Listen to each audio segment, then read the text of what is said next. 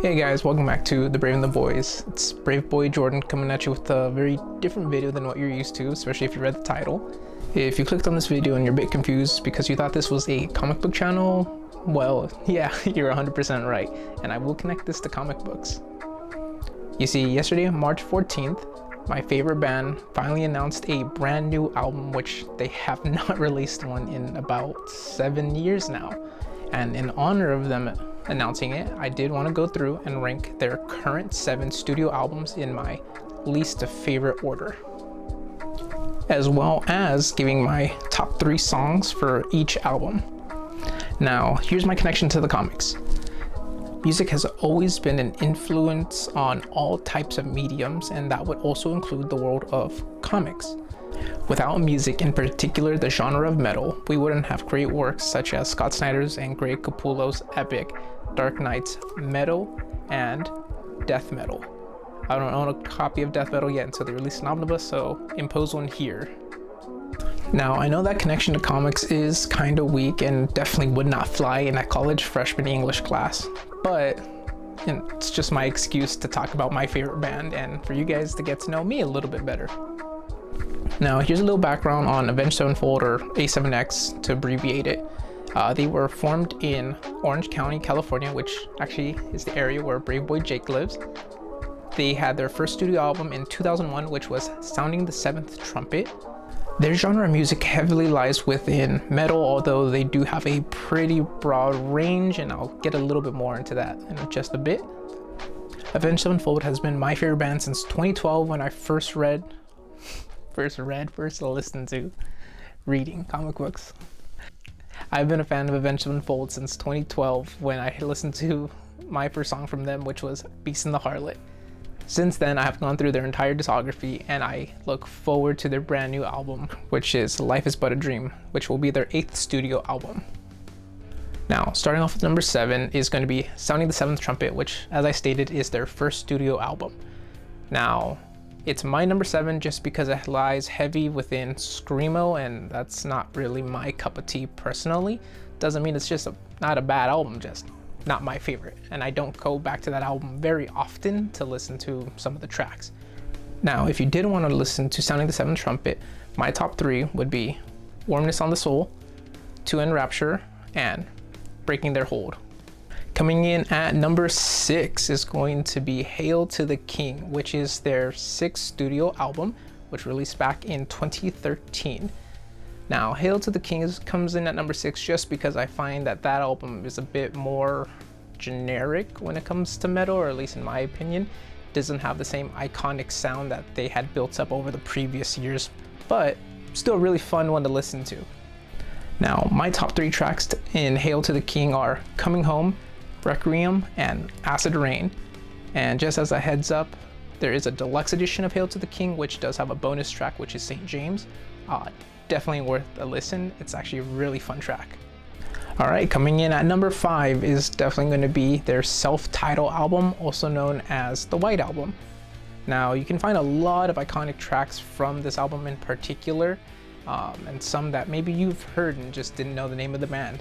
Now, my top 3 tracks from that album are going to be Afterlife, Almost Easy, and actually my favorite Avenged Sevenfold song, which is A Little Piece of Heaven. If you have not listened to that song, please pause the video, go give it a listen.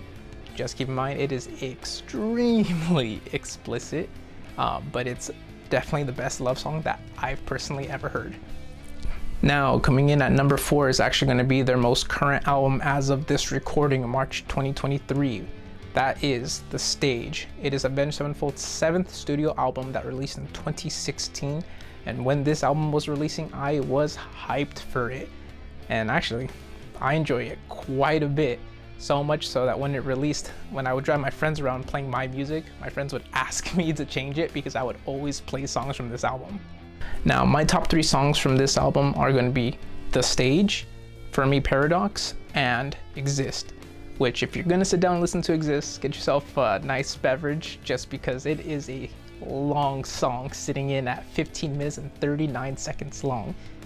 It's so long that it actually even has a speech from Neil deGrasse Tyson in it, which very unique, and I think it works for this one. Cool, now we're in my top 3, and these were extremely hard for me to rank just because they're all solid albums. But coming in at number 3 is going to be City of Evil, which a lot of people might give me flack for not putting that as number 1, just because it is Avenged Sevenfold's biggest album and most critically acclaimed, which is a song from their 4th album. I digress. City of Evil is their 3rd studio album, which released in 2005, and I believe many people would say that this is where Avenged Sevenfold really started to find their iconic sound. This album was such a hit that they won an award for one of their tracks, which is Backcountry, and you could also find the song Beast and the Harlot on Guitar Hero 2. My top 3 tracks from this song are Beast and the Harlot, The Wicked End, and MIA. Alrighty, going into my top 2 now. So coming in at number 2 is going to be Waking the Fallen, which that was my anthem in high school. It was the first physical CD that I actually ever purchased on my own. With Waking the Fallen, I was able to pull the tracks off, put them onto my phone digitally, and I would listen to that day after day. Waking the Fallen is their 2nd studio album, which did release in 2003. Now, I know I did say that I'm not a huge fan of Screamo, and there is quite a bit of it in this album, but this is just such a cool transitional album for Avenged, where they switch from Screamo from the 1st into more metal on their 3rd album, and it has that perfect blend of heavy riffs and big dynamic range. Now, my top 3 tracks from Waking the Fallen are Chapter 4, I Won't See You Tonight Part 1, and All Things Will End. I love the way that they mix different riffs from the album into All Things Will End. It's a very iconic sound, and it makes for an amazing end track for the entire album. Alright guys, if you know Avenged's discography, then you already know what number 1 is going to come out to. Which, yep, you're 100% correct. It's Your Nightmare. Nightmare is their 5th studio album, which did release in 2010, and it probably ranks so high for me because this was the album that was currently out and being pushed by them when I started listening to Avenged for the first time. Now, I know I said Waking the Fallen was my first physical disc that I purchased, but this is actually my first album that I purchased from Avenged. Actually, I think first album I purchased ever. I bought it digitally on Amazon, so I had the MP3s, which I was able to put on my phone at the time, and I would binge this album.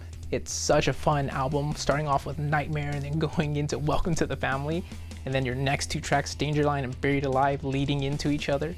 It is so fun from beginning to end. Now, my top 3 tracks from this album are going to be Welcome to the Family, Danger Line, and Save Me. And that's my list of all their current albums as of now. We will see maybe how that changes later down the line with their 8th studio album. If you guys have made it this far, I really want to say thank you for spending your time with me. I know this is a very different video from what Jake and I normally produce, but I just feel like this is a really cool way for me to interact with you guys, and maybe you can tell me in the comments down below, what's your favorite band and what do you think of content like this? Do you want more of it, less of it? Should we go straight back to comics? If you guys really like this video, hit the like button down below, and please don't forget to subscribe and let me know what's your favorite band. Alrighty guys, hope you all have a great day. Rock on. I should have Baby Darkseid here giving the horns as well, so guys have a good one.